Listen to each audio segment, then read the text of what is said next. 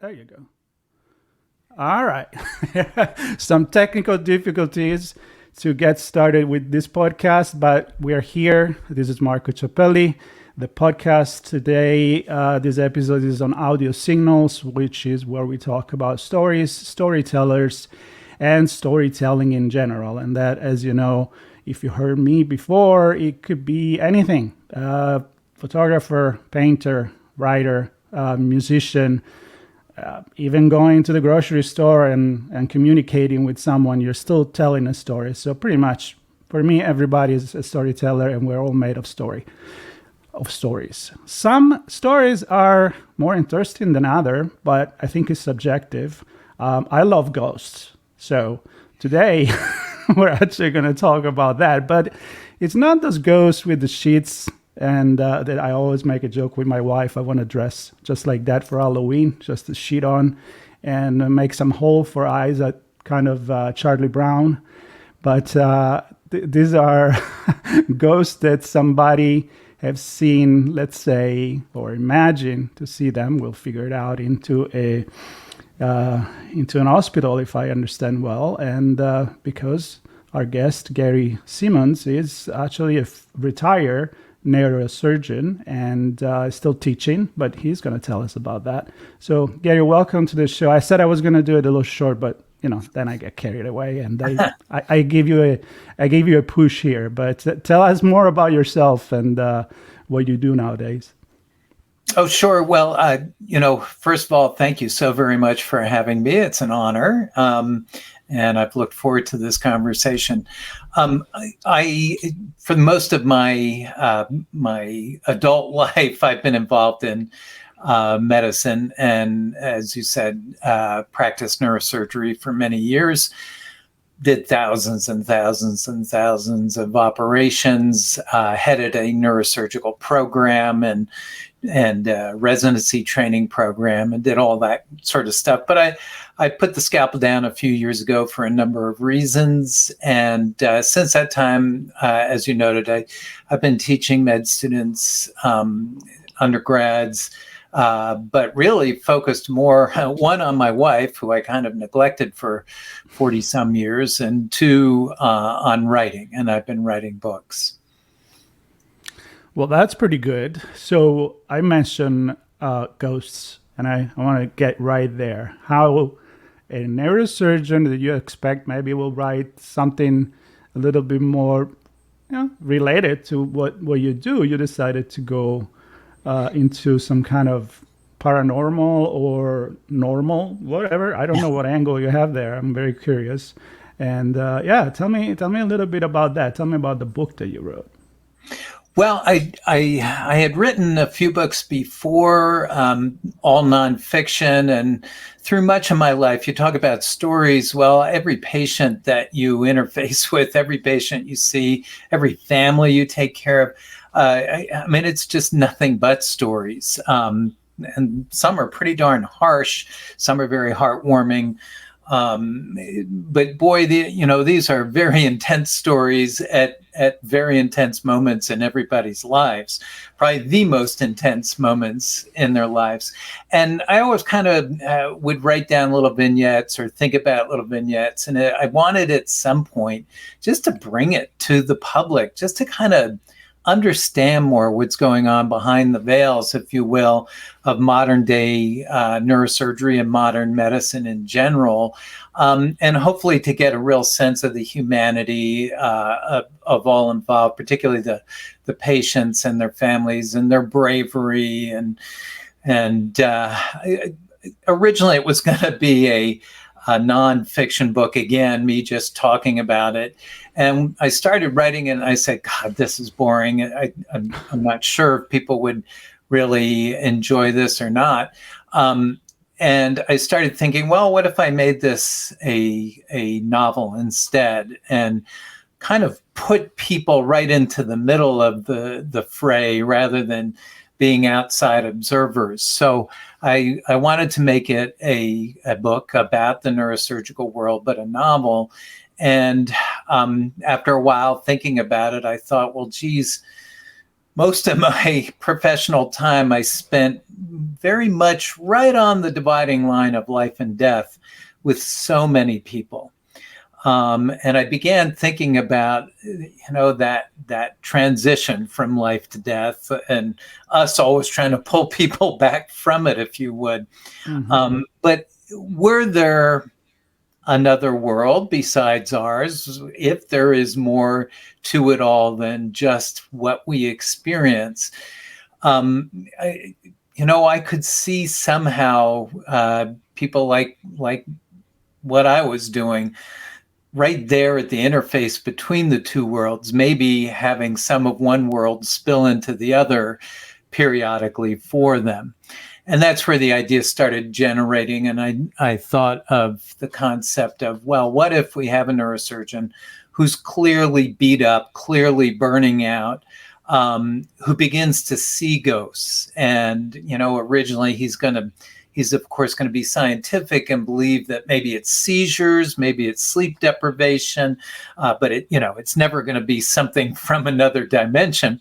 But as the story goes on, he convinces himself, for a number of reasons, that these are really ghosts, and they're terrifying to a certain degree. But he's trying to figure out what in the world they would want with him, and trying to figure out if they're trying to message him, get to him, or maybe even pull him over to their side of the bridge, if you will, between life and death. So hopefully it becomes a thriller for people. But, throughout it all, we see his life in neurosurgery, hears and sees all these stories of his various patients who come to him because of traumas and strokes and tumors and that sort of thing. And so hopefully I really wanted it to be very immersive for the reader, with this paranormal twist. It's very cool. So so the first thing that comes to mind is that lately I am interviewing a lot of writers that become writers after, or while they're still in their career, but when they have experience, like I mentioned, former pilots and military that become lawyers, and then they end up writing a book just about that. And there is a line in between where you stop being all reality driven and scientific, if I may, and you throw the fiction in it, and that could be again in a psychological thriller. It can be into one of the last interview was with AI that become part of a team of people that need to resolve something, but they don't just use AI, but actually AI become integral part of the team. And this come from the background of science. So I'm going to ask you the same thing. Like, where do you stop and say, these is the part where I'm allowed to really go fictional? And I guess talking about ghosts, it's kind of like, you're already going there, but is there a strong connection with the reality of and factual things in what you write? Absolutely. At least in this case. In this case, I have some other books that are probably going to drift a little further, but I wanted the neurosurgery side of it and the patient experience side of it and the stories behind the patient's injuries and illnesses and the reactions of the family to be all very real. So I definitely used experiences that I had and stories that I had encountered, and of course changed them so that they wouldn't be identifiable or anything like that. But this is the real stuff. And I always worked in these big trauma centers with helicopters coming in every few minutes and a lot of injured people and people with strokes and stuff like that, a lot of an emergent neurosurgical side of things. and it was busy. It was just busy, particularly in the middle of the night, which is when really bad things seem to happen. Anyway, quite a few people have challenged me and said, "Oh, you must have made up, the intensity of this and the volume of it. The fact that you would, the neurosurgeon would be up every few nights, all night long." And I said, "No, I can tell you, none of this is hyperbolic. If anything, I tried to tone down some of it just because I didn't want it overwhelming." So yeah, that side is very real. The science is very real. And the reader has to decide how real the ghosts and the paranormal side of it is. Mm-hmm. And are the stories inspired by some real fact? Like, were you thinking about some situation that you lived with, experiencing with some patients, and they ended up, of course, not named, but in the book itself? Yeah, I tried not to make it one-to-one. So I would, everything would be kind of an amalgam of patient stories, doctors, that sort of thing, rather than be a direct reporter. But that is, but again, it's very real. And I definitely wanted people to experience the reality of it, as opposed to, again, getting too hyperbolic and making it too heroic or something like that. So I wanted it to be as true to form as possible. Mm-hmm. Even with the ghosts, one of the things I tend to ask readers is, ultimately, what do you think was more frightening, the paranormal side of this, or the very normal, very real side of modern day medicine and hospital function and that sort of thing? Yeah, that's pretty cool and pretty harsh at the same time, I guess. It is harsh. It's not I don't think it's an easy read, to be honest. Okay. So let's move a little bit into the other thing that you mentioned when you suggested to be on the show, which is the fact that you're still teaching, and the fact that, like I said at the beginning, we're all made of stories. We use storytelling. It's what we use for since the existing of time of our society, to pass knowledge, to communicate to each other, stay in society, and make things work. And some are better than other at doing so. But it's definitely something that it's very, very much what makes us human, I think. So using stories when you, for example, teach, and when you even interact with situations that are, as you mentioned, may not be pleasant, when you're dealing with relatives, when you're dealing with, I think that throwing that metaphor, that something that it brings an example, that it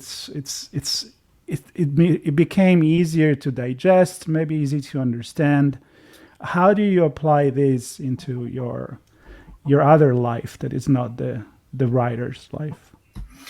Yeah, Marco, I agree with you. I think it is both a critical and important way to convey concepts, but also far more interesting for people. And so, for example, I have a course at Virginia Tech that we call Exploring Clinical Neuroscience, and it's for undergrads, usually interested in medicine.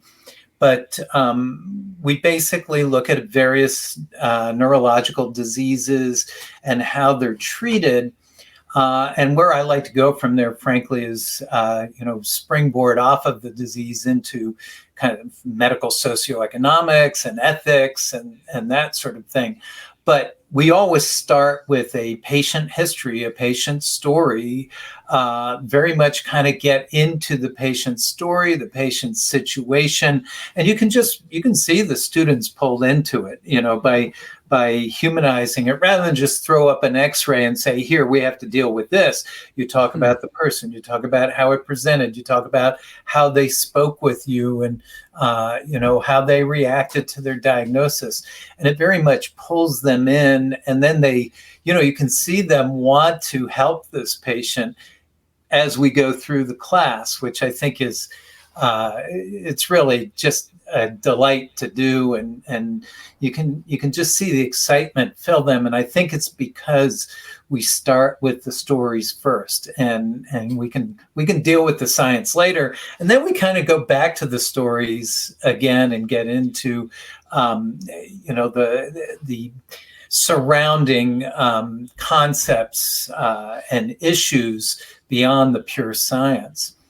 I think that, go ahead. Oh, I was just going to say, and for example, also when I was training neurosurgical residents, these are people who've gone through medical school and learning neurosurgery, we would use stories there a lot as well. I mean, every day you were presenting stories anyway, but in our academic sessions, we would often go into role playing, for example, just to give them an experience. And we had a bunch of physician assistants, or what we call PAs, who would do great jobs portraying patients in various states of distress, and I think, again, just entering into the story very much helped with the learning. It's interesting you're going there. I'm actually, I read what a lot of people may think not fun stuff, although I like to read a lot of sci-fi as well, and even Harry Potter. But right now I'm actually finishing a book called The Battle for Your Brain, and it's about neurotechnology.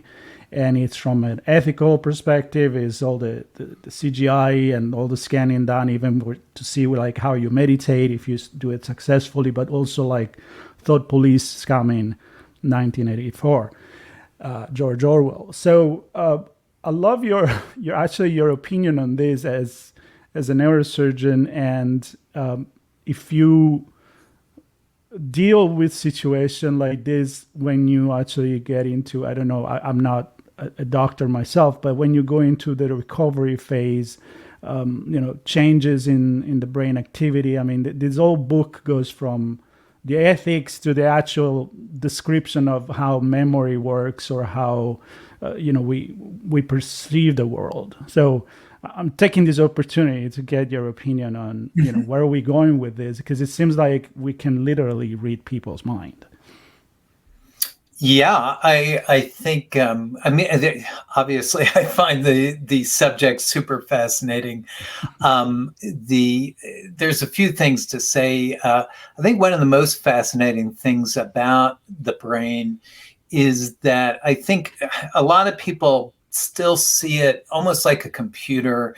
You put it together in the factory, you have these connections and that connections. You can load a bunch of software into it, but basically the wiring is set. You have a wiring diagram, and that's how it's set, and that's how it's going to function from this day on. If you need a more complicated or a more complex system, you're going to have to buy one later on. You're going to have to switch out. You can upgrade. But what's really fascinating, I think, about our brains is that we're not hardwired. Our wiring is changing minute to minute, second to second, with all the experiences that we're going through. So it's always changing, and I think partially that is one of the reasons why we may be able to tap into it so well, is that it adapts. And so, if we set up a brain electronic interface, it's possible for our brain to adapt to that interface and actually start interacting with computers through it.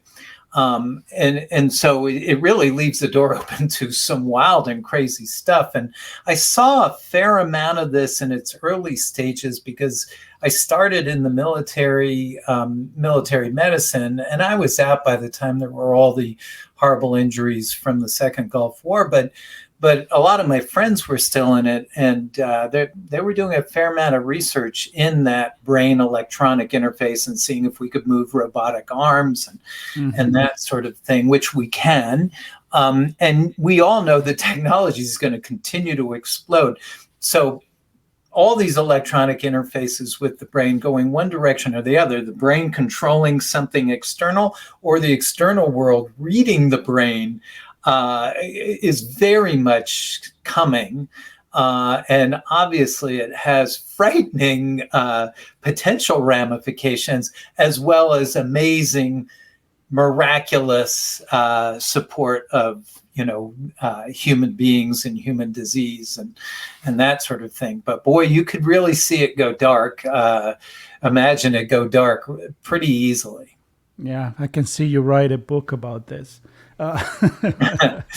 It makes you think. And of course, any conversation related to technology, there is always, it's about how you use it.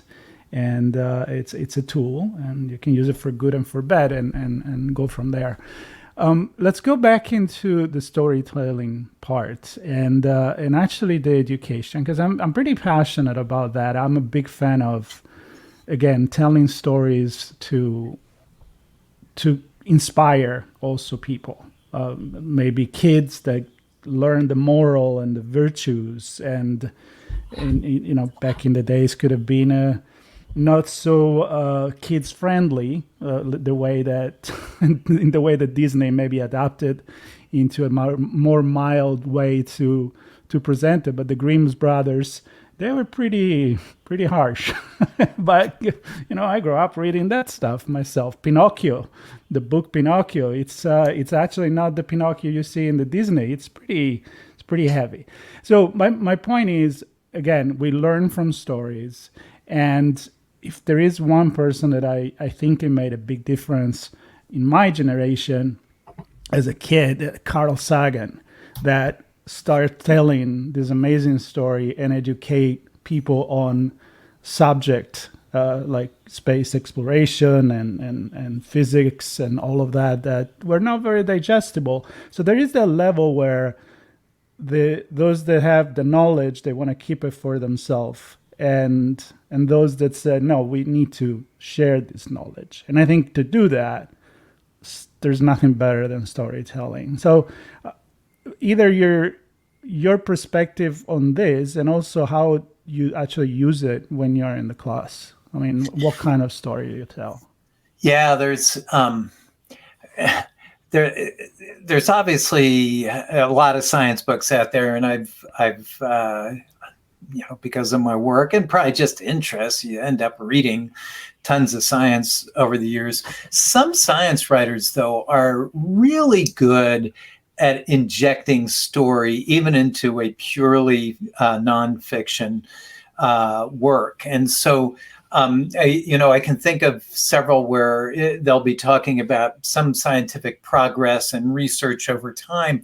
And sometimes they'll just throw in some vignettes about the scientists themselves. And, they got into this accident, hurt their arm for that reason. They got interested in how the muscles of the fingers work and blah, blah, blah, blah, blah. But they start, with some sort of vignette about the scientists themselves. And again, it pulls you in rather than just reading on and on and on of the pure science. So I agree. Any way that you can weave a story in is very worthwhile. Through the years, I've given a lot of talks on a lot of different subjects, medicine related, and I always try to pull in a story. So, like one example is throughout I worked in trauma centers, and throughout the years, I noticed that when a trauma would come in, a bad trauma from a terrible car accident or something like that, we would get called down for the neurological concerns, and we'd walk in and we'd say, what's going on? And there'd be 20 people around the patient, and the lead person would turn to us and say, well, this is Mr. Jones. He's 32-year-old who's went through his windshield and, went down the pavement for 50 yards and has pneumothorax and ruptured spleen and broken femur. And, they go through a laundry list of terrible injuries. And, just hearing this, if you're an outside person, I think first thing you would be thinking is, oh my God, how does anybody survive this? And that poor son of a gun. But it was funny in a weird way. It was so common at the end of this list of terrible injuries that often they would say something like, but he was drunk. And I heard it so many times, it got the wheels turning, and I'm thinking, why do we say something like that? I've noticed that sort of response. But he was drunk, but he was taking drugs, but he was gotten in a fight, but he was in a bar at 3 a.m. And of course, this would happen. And I began to think that part of it is that, when we see all these horrible things as physicians, we probably start feeling vulnerable ourselves, or we start worrying about our own family members. And so if there's some mitigating circumstance, that we can at least tell ourselves, yeah, but they were drunk, we wouldn't do that. Yeah, but they were shooting up, we wouldn't do that. Yeah, but they were at the bar at 3 a.m, we wouldn't do that. Anyway, I began thinking that I worried that we may devalue and make judgments on certain patients. And I wanted to address that and just bring that out for people to think about and talk about, because we don't want to do that. We want to treat every patient, as if they're the president of the United States. So what I did for this lecture, for this talk that I would give, I talked about the fact that back when I was in college, I lived in New Jersey, and we went to visit a friend of mine in a college just across the river in Pennsylvania. And he came down with 2 big bottles of wild turkey and said, "You guys better drink." And it turned out that his girlfriend of many years had broken up with him that night. So we were ordered to drink, and we obeyed, and we helped him drink these bottles of wild turkey. And then it was time to crash, to go to sleep. But we're looking around the basement of his fraternity. We said, we're not staying here. We decided to drive home. And each of us were kind of like, I don't know, I've had a bit to drink. There was about 5 or 6 of us in the car. And one of us said, "Hey, no, I'm fine. I didn't have that much. I can drive home safely." So we all get in the car. We drive back to New Jersey. We go to sleep in the living room of one of our friends. They lived on this farm. And in the morning, one of my friends looks out the window and goes, who drove us home last night? And I said, "Well, that would be me." And he said, "Come here." And he points out the window, and they had this long farm front lawn, if you will.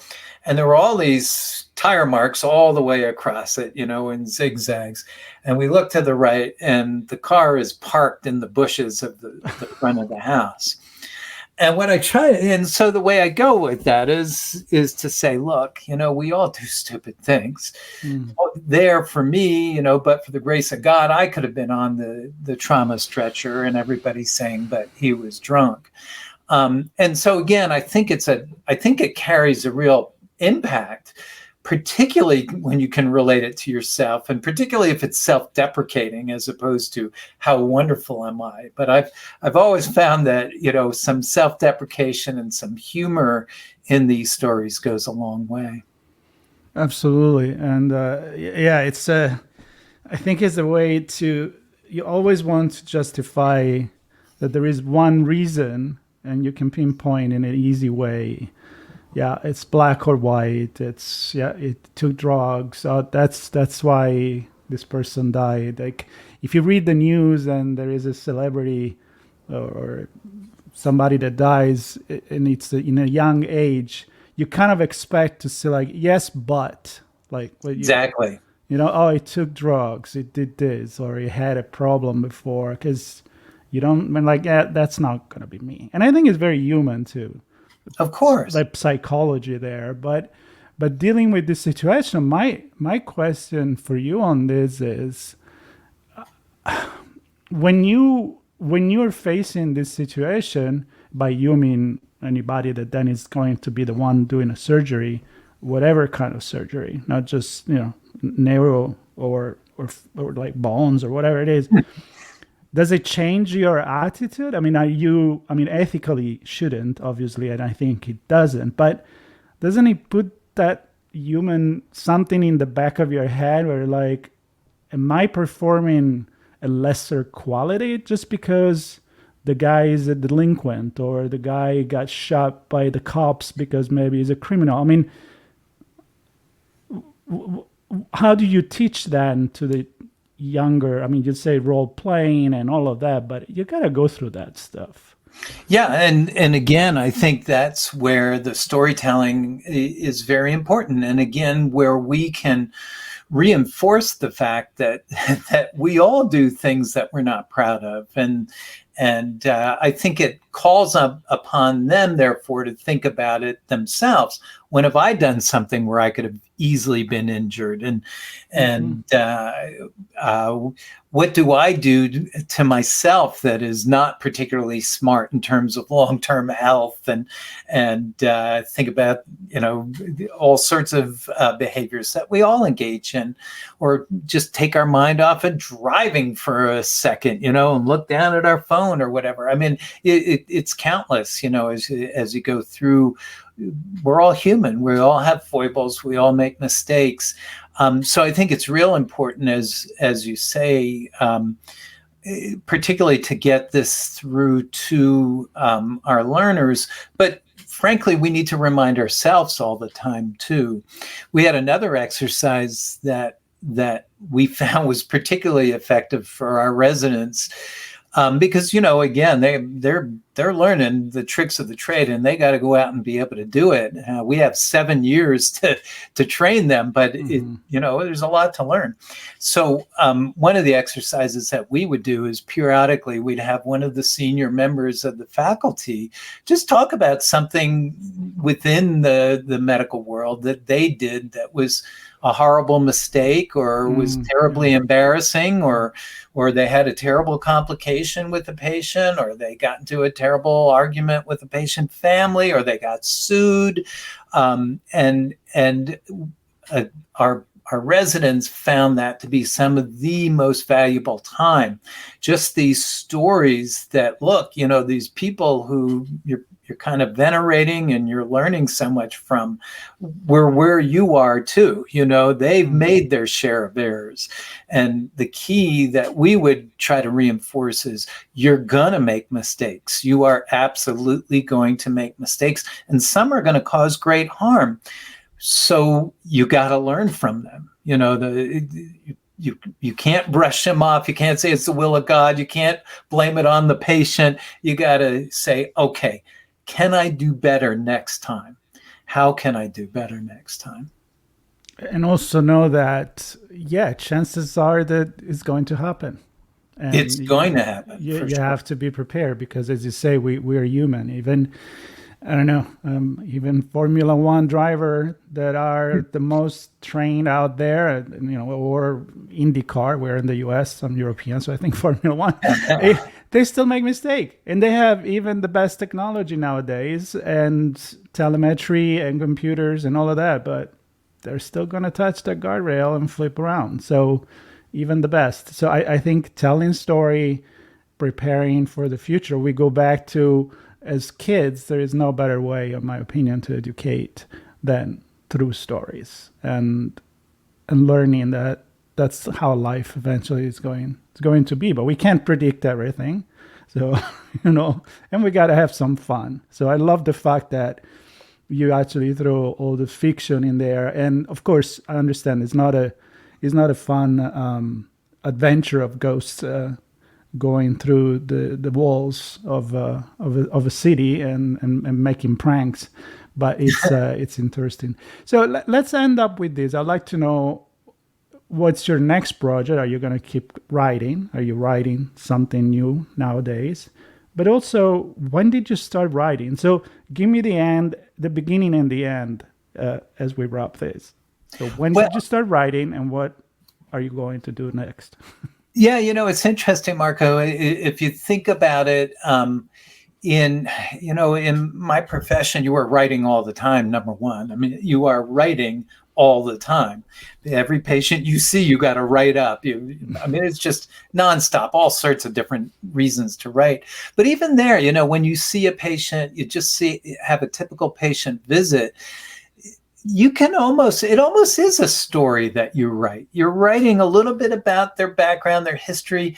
You're writing this hopefully so that next time you read your own note, you can tell what you were thinking, which is one of the, in fact, I'll give you a little vignette on that.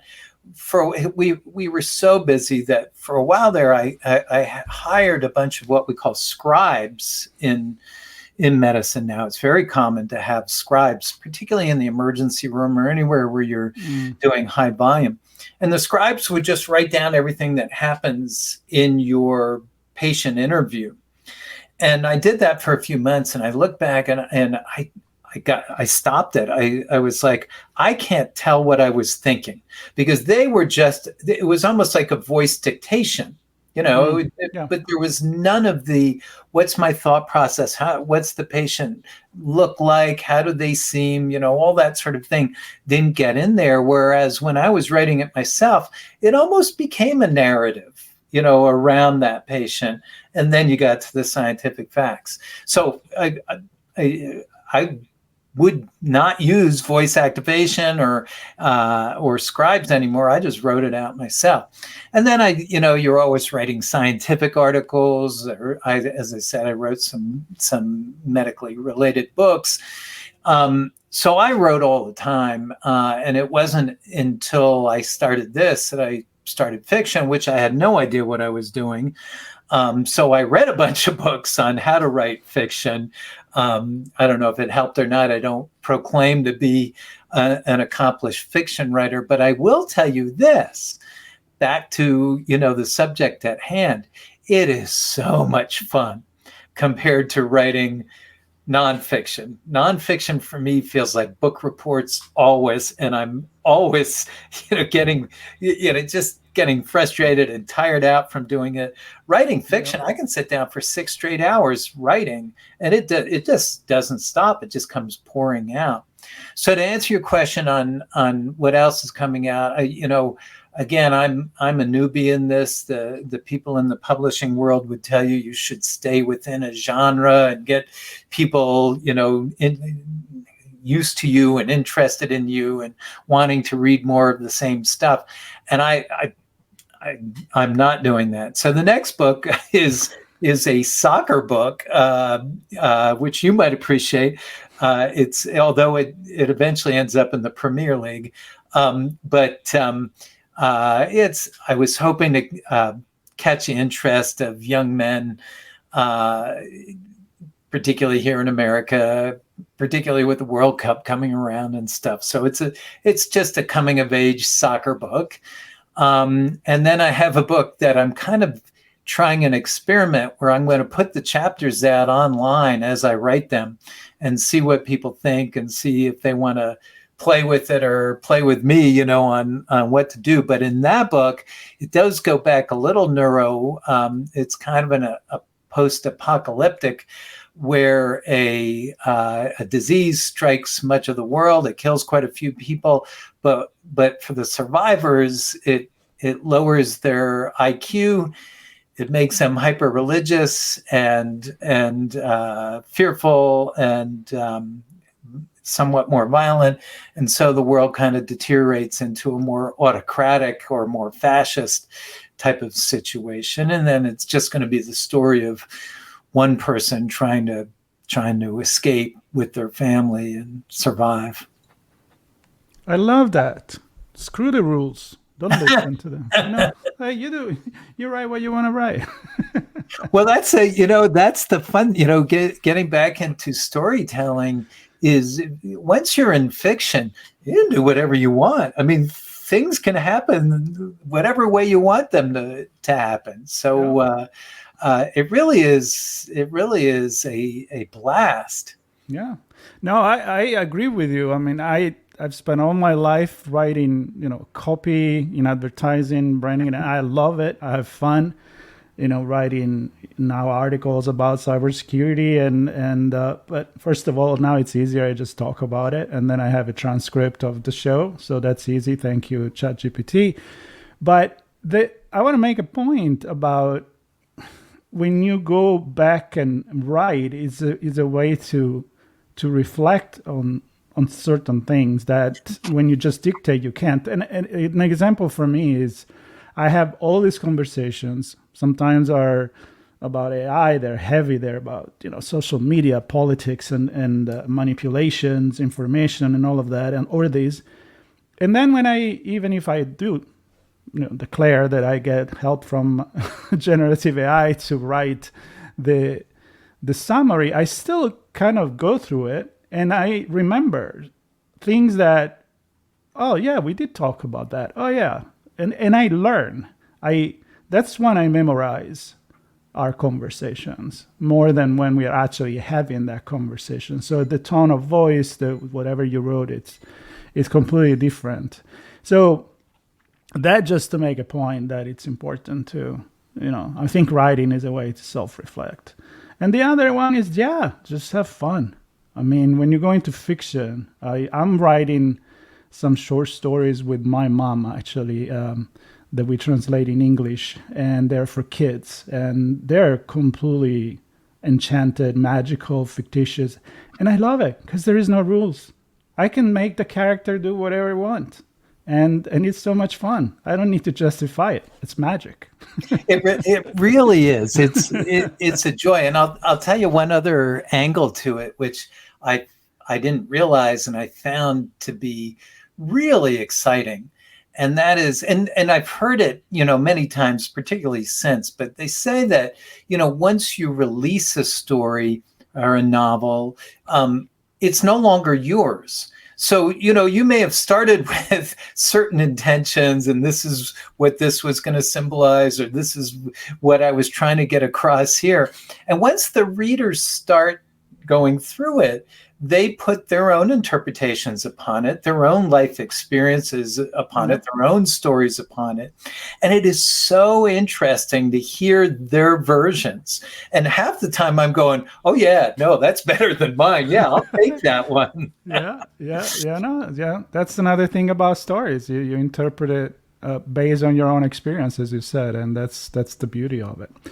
Well, Gary, this was really fun. I had a great time. Me too. I hope the audience had a great time. My goal with this is always to leave people with more questions than answers when they finish to listen to this, and that thinking is a good thing, and having questioning things is that, and maybe wondering, hey, maybe you should grab a pen and start writing some.